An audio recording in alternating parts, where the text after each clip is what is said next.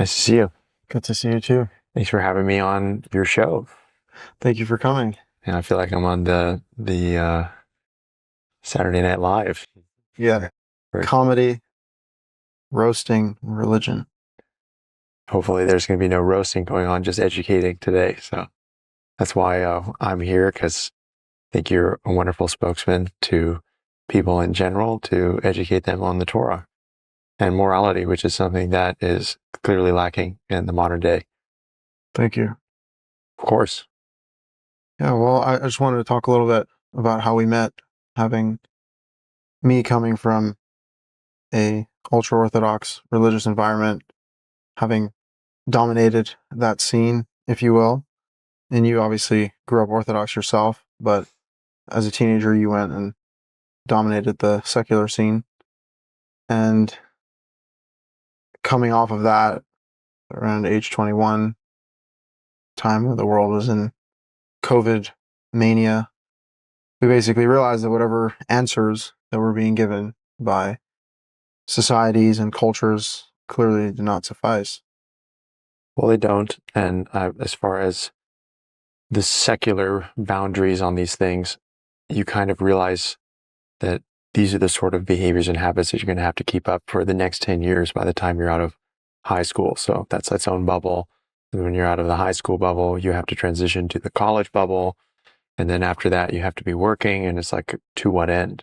So I was clearly looking for answers, and as were you. And I don't know if people know exactly how we met. I was your trainer, actually. And then we became very close friends shortly after.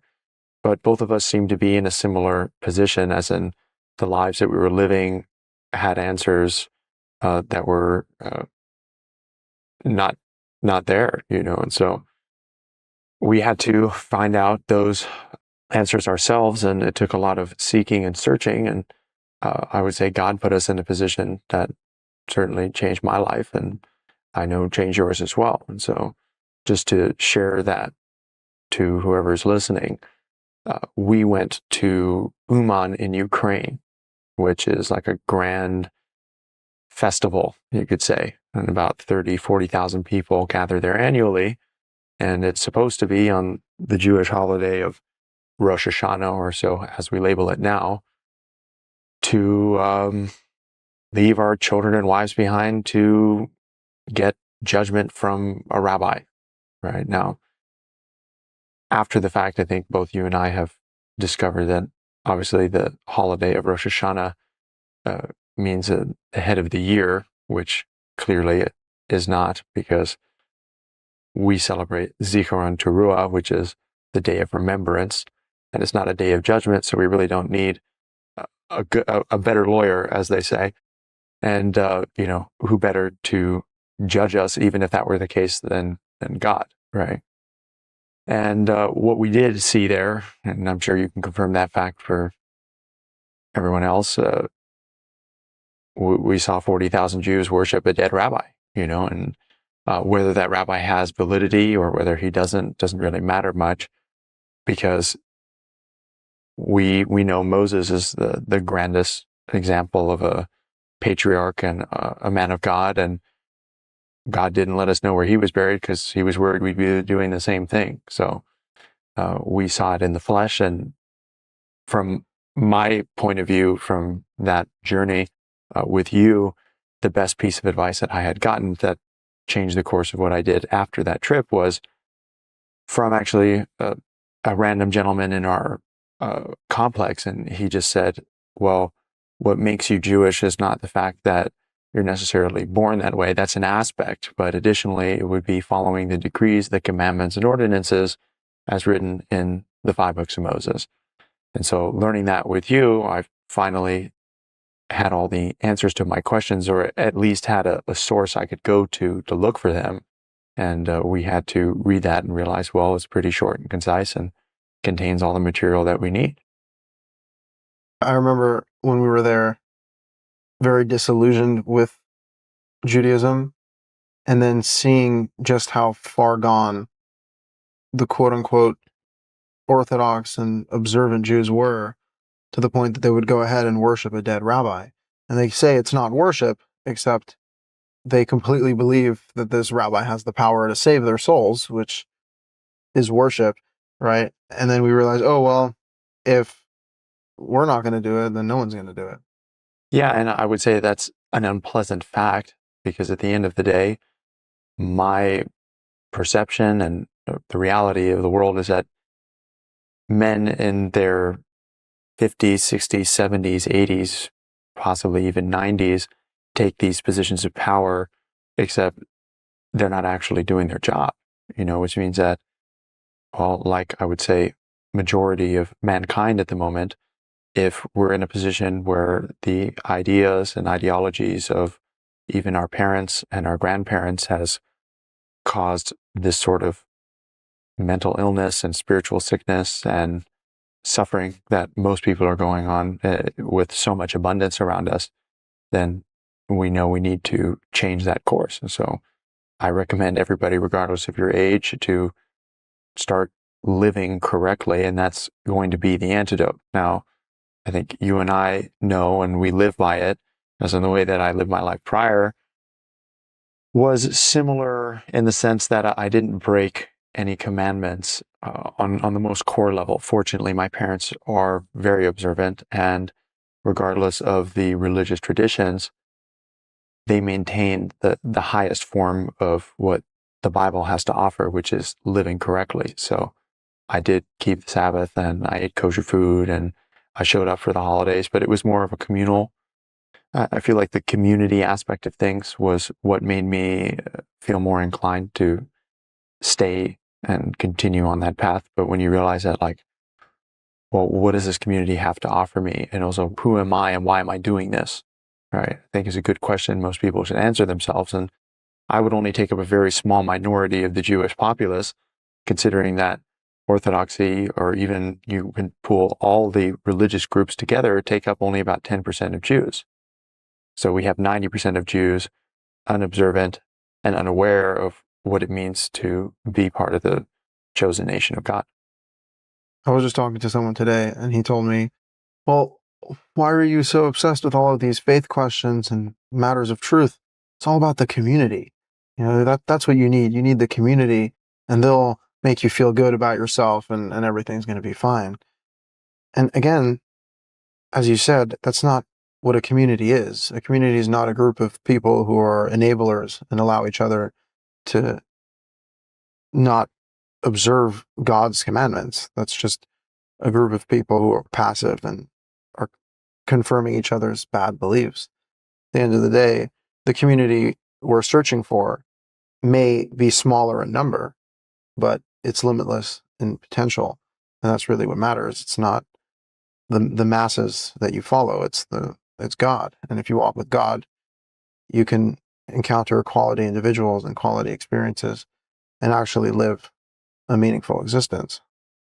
Couldn't agree with you more. I would say that as people who believe in the Old Testament, as in the stories and the history that exists there to be what paves the future of our lives, we use stories like Noah being the only man who found grace in the eyes of God, or Abraham, who was the only righteous man that was known amongst those times. And then you have extremely isolated individuals who live really in, well, I mean, Jacob created his own nation. I think that's a pretty good example of somebody who's started and then created something of it. And now the Jewish people themselves, before they were established as a nation, held on to the values of their forefathers. And so they each understood, I have an individual job to maintain those set of values. And that's why I'm going to continue to be part of this nation. Because at any moment, I suppose, you could just leave and start fresh again. And we actually can do that as Jewish people. We just don't circumcise our sons, and I would say that would be cutting ourselves off from the best way to live if that's how you're born. I definitely believe that the rest of the world is not required to live by the standard of the Jewish people, because not everybody would live by the standard of the priests. So for those who don't know, the Jewish people were established as a nation on Sinai when we received the Ten Commandments first. being the foundation of where we should start of how to act, to then the extraneous laws of Moses. And we're supposed to minister and maintain them amongst ourselves and talk about it everywhere that we are. And so for me, I'm not in Israel, never been there. And the people that I interact with in the business world and life and virtually anywhere, or market, the mall, you're talking with people who are typically not Jewish. So to fulfill talking about Torah when you're on the road, when you arise, when you sleep, virtually everywhere all the time is being fulfilled. Yeah, well, take Noah as an example of someone who lived even before Abraham and before there was a Torah of Moses and all of the laws that the priests have to follow.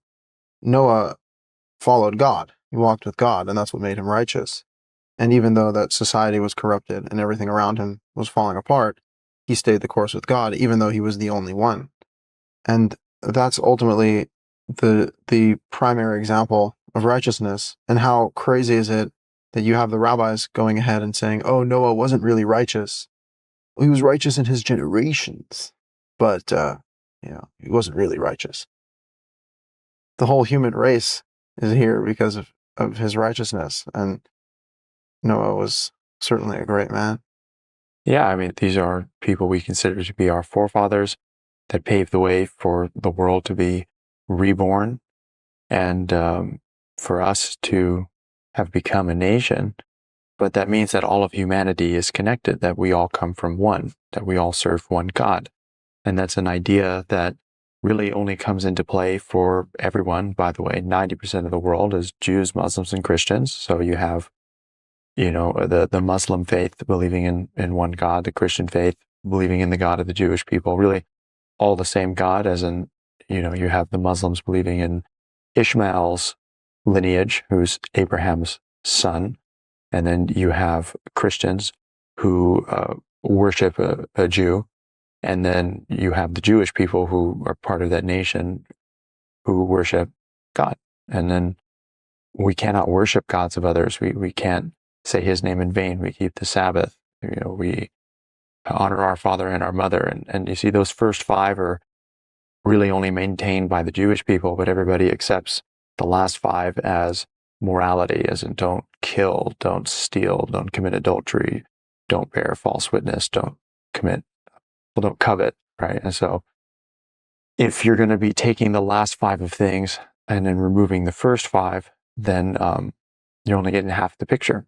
And if that's how the Gentile world would be observing that, it's still better than nothing, for sure. But they're not the ones who were given those commandments and those decrees. We are. And it starts with not only the 10 commandments, but the rest of the commandments that follow.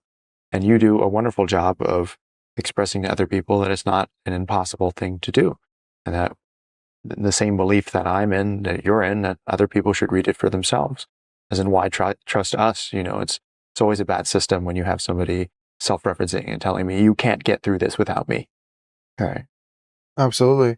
And that's obviously the corruption that exists, is that if you can't access the Word of God yourself and it's under lock and key, then you're ultimately just trusting other people to tell you the truth. And that is worship. If you entrust all of your faith with a person, you're worshiping that person.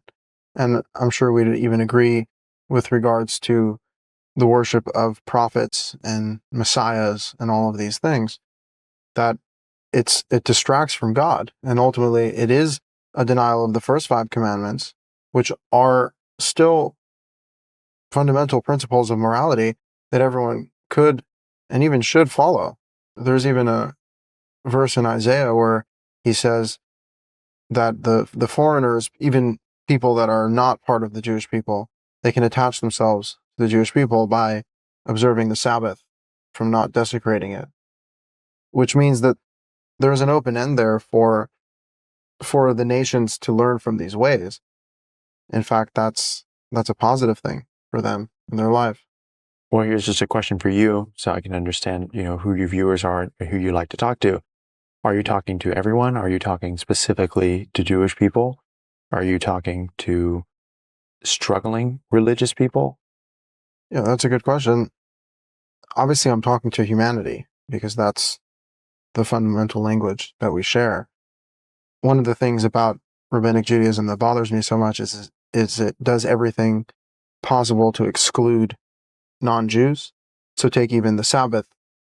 There's a statement in the Talmud that says if a non-Jew observes the Sabbath, rests on the Sabbath, he's deserving of death, which is obviously a horrible idea, right?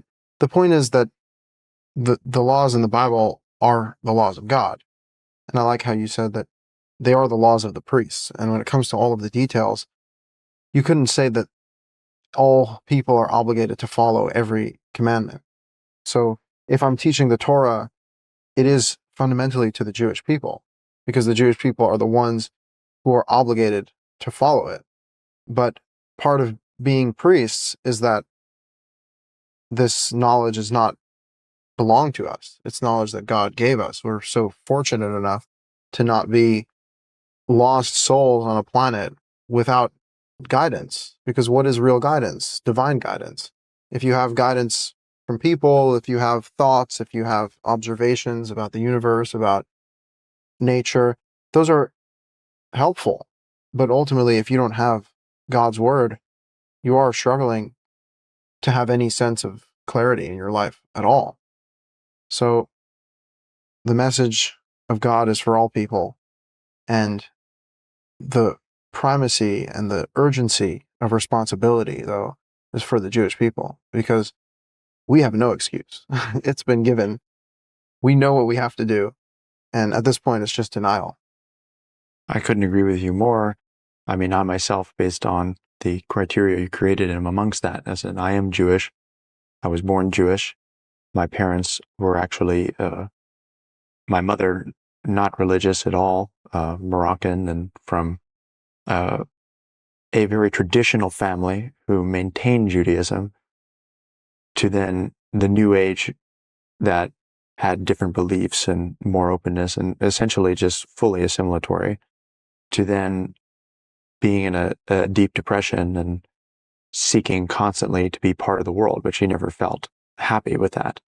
Now, I would say probably a good thing about that is that it's what created the union of my parents.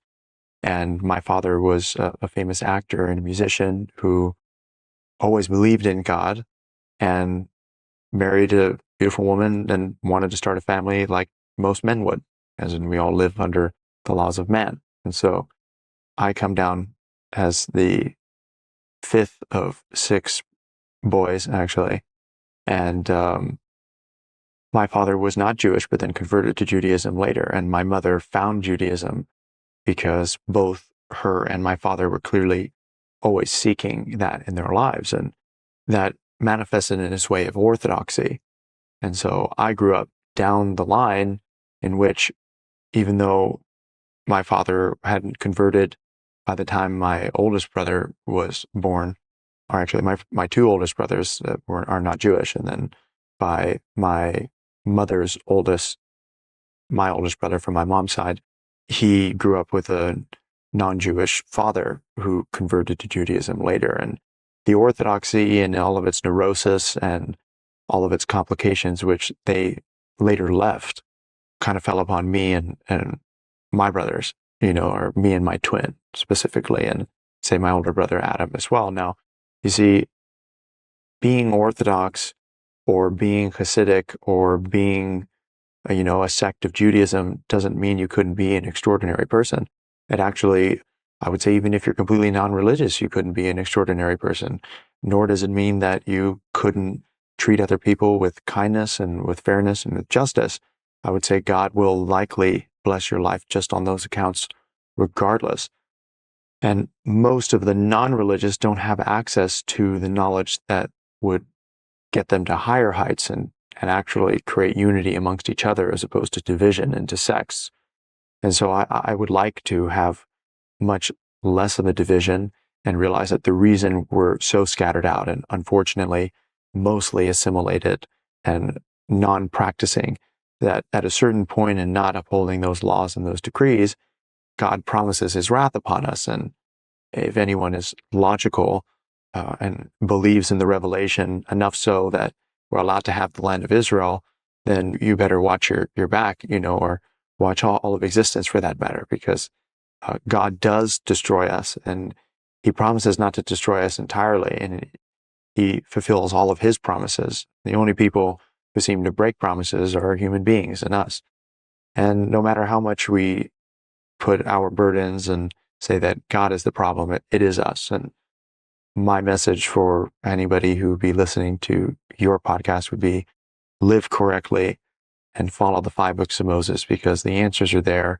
And if you're a Jew, read it yourself, because it is the document to which you are given as clarity to who you are and where you are, and even like and where you're going, and read that, and maybe listen to Israel Horowitz podcast a bit more, and he'll update you to do likely the same thing.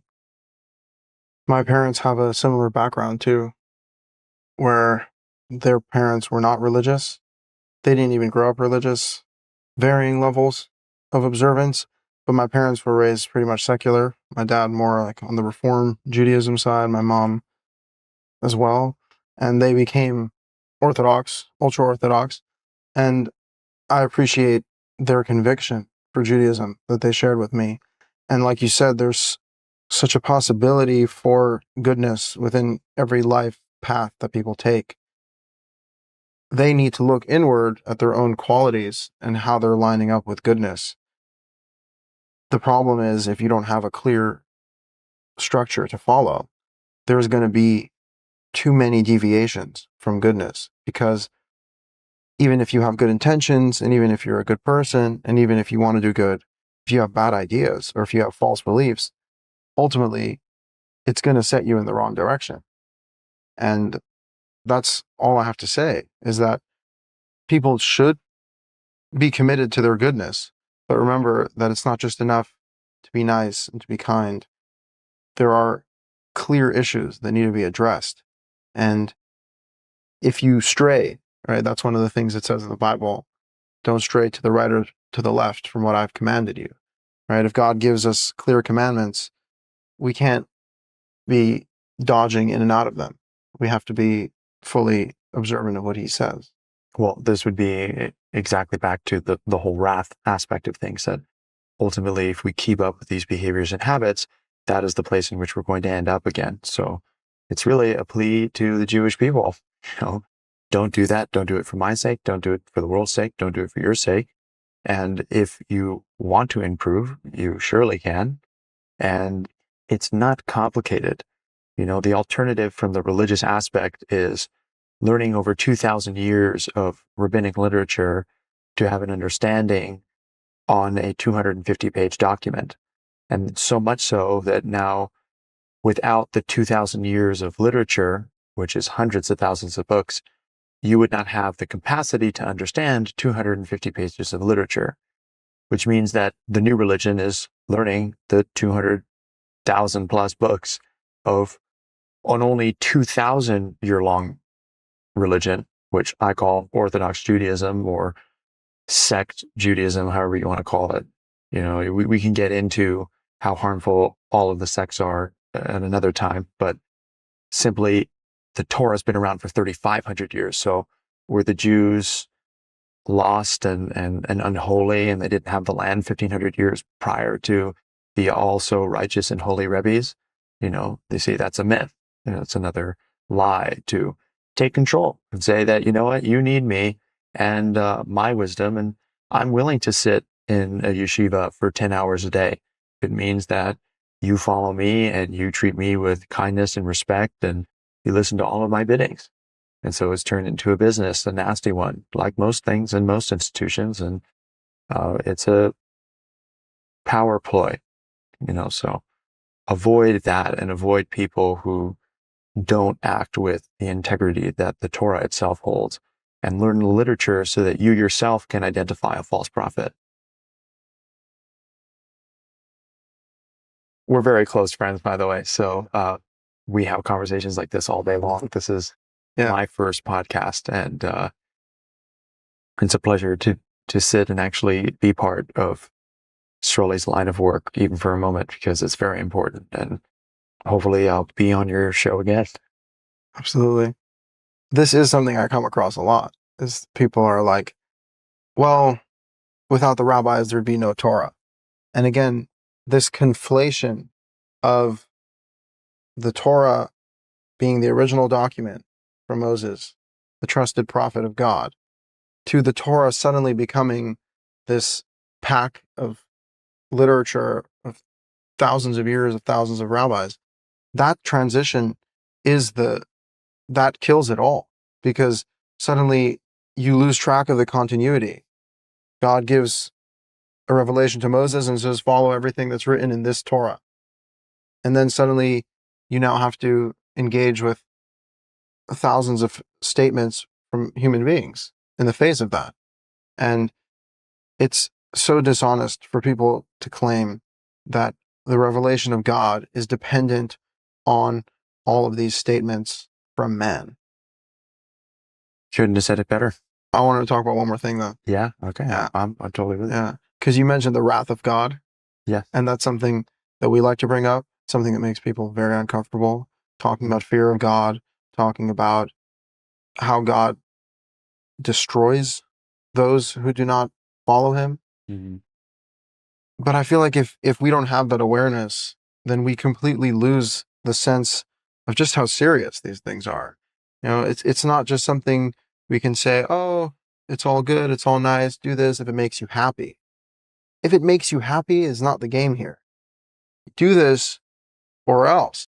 And that's the truth of God. And there's even a statement in Deuteronomy where he says, just as God rejoices to bless you and do good to you when you are good, so will God rejoice to destroy you and wipe you out when you do evil. And that tells us all we need to know about the fact that God is very wrathful. And people think that's funny. They think it's like, says something against God's character. But if anything, the fact that God is a jealous God shows how much he cares about us and about our commitment to him. If you have a husband and he sees his wife flirting with other men, if he doesn't get jealous, there's something wrong with him. Jealousy in the right context is absolutely justified. And God talks about that when we go and worship other gods, right? He says, you've left me, I'm your God. You are my people. You are my beloved, he calls us. And how dare we, that to me, it's there's genuine anger that comes across in this, and it's justified and it's necessary in understanding how this really works. Well, just to clarify for others, because to me, I couldn't agree with you more, and it makes perfect sense. But when they hear things like, oh, like, or do this or else, right? It's like, well, obviously God being the highest form of power and of existence and of every explanation that we can come up with, it's like a parent, like if your parent doesn't threaten you with consequences, then you're just not going to get out of bed in the morning, and you're not going to go to school, and you're not going to brush your teeth, and you're not going to do this, and you're not going to do that, because kids are they're lazy and they're undisciplined, and they just want to eat candy and watch movies all day long. And it's like, well, you see, one day you're going to grow out of that, and then you're going to be a couch potato, you're going to be a bum, you're going to have no skills. And your parent who decided not to do that to you is someone who never cared about you. And discipline and fear and structure are things that are lacking in a lot of people's lives. And so when they hear things like, oh, God is wrathful and God is jealous, well, it could be you don't have a good relationship with these things. So kind of take the Torah as a staple of truth, and it's something that you can go back to stop relying on yourself and your feelings all the time. Amazing. And the Torah itself does say, as a father punishes or disciplines his child, so does God discipline and punish us. It absolutely is for the sake of productivity and constructive criticism that could move us forward. But as you say, because people have become essentially weak and have a bad relationship with discipline and have a bad relationship with struggle, they don't perceive it as being helpful. They see it as being an attack on them and hurtful. But it couldn't be further from the truth. We are here to do good, and we have to be whipped into shape. It's a huge responsibility to go from a child to an adult to a parent to a leader to someone that's a significant character in the world. It takes a lot. It does, and it's going to take a lot more in this generation. So buckle up, folks, because now is the time. Now is the time. Amen. Thank you. Thank you so much. All right. We'll do this again, God willing. Yes.